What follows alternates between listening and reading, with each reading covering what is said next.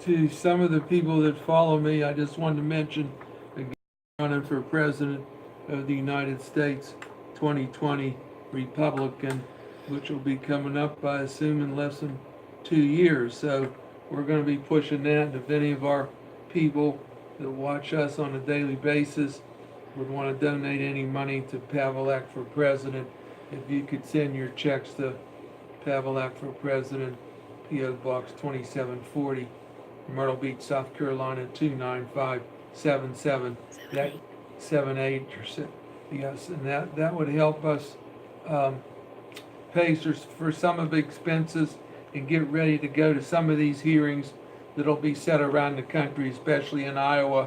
And I think there's another one up near the upper part of above New York, second hearing, which we have to go to with our people, and that costs money. But any way you can help us, we would appreciate it. What we're going to talk about today is something that's been all over the news, and I think we wrote about it once on Khashoggi getting killed. And the question was, who killed him? If you remember, he went into the headquarters of Saudi Arabia in Turkey one day, and then supposedly 16 other people from Saudi Arabia were in there with him, and he was killed. And there are all kind of things about how he was killed, if he was shot, murdered, or was his body cut into pieces and taken out by the people in there in pieces and put somewhere after that.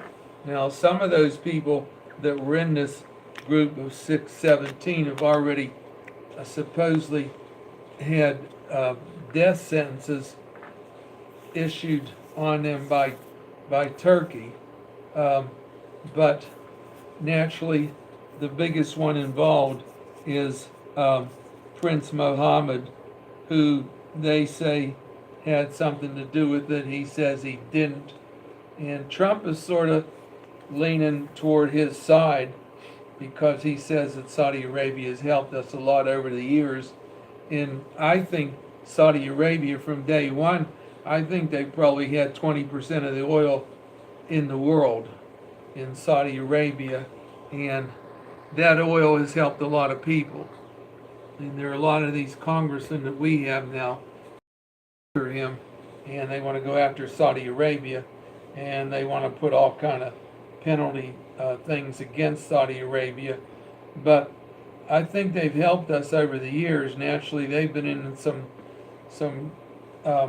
firearm play over there where they're from, but the oil alone has helped the world get by. Now, I don't know what percentage of oil they have now, but they still have it coming out of the ground where they live. And unless there's a lot of real good evidence about this prince, the prince over there, I say we just let them execute 5 of the 17 and let him go.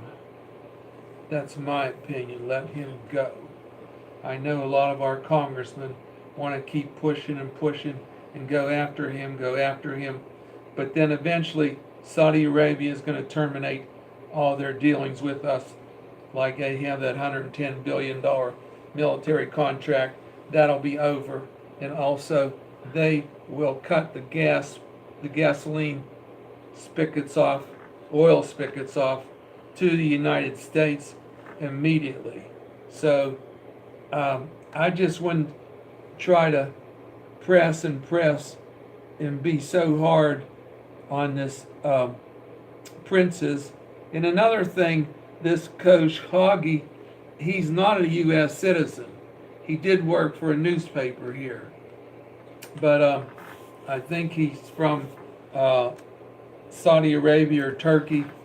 But he's not. He wasn't born here. He's not a U.S. citizen, and he's working for one of the newspapers in New York.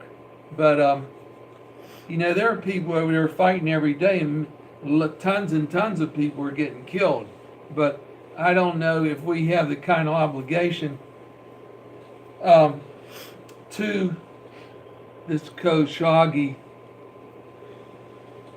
and completely terminate all of our dealings with Saudi Arabia. I'm definitely against that.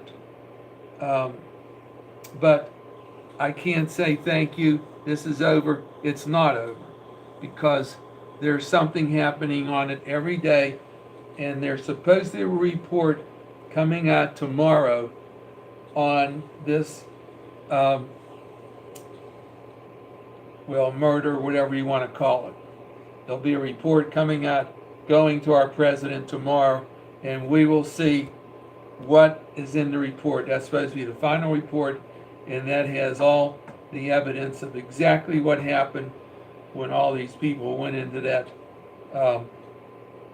place in Turkey, Saudi Arabia headquarters in Turkey.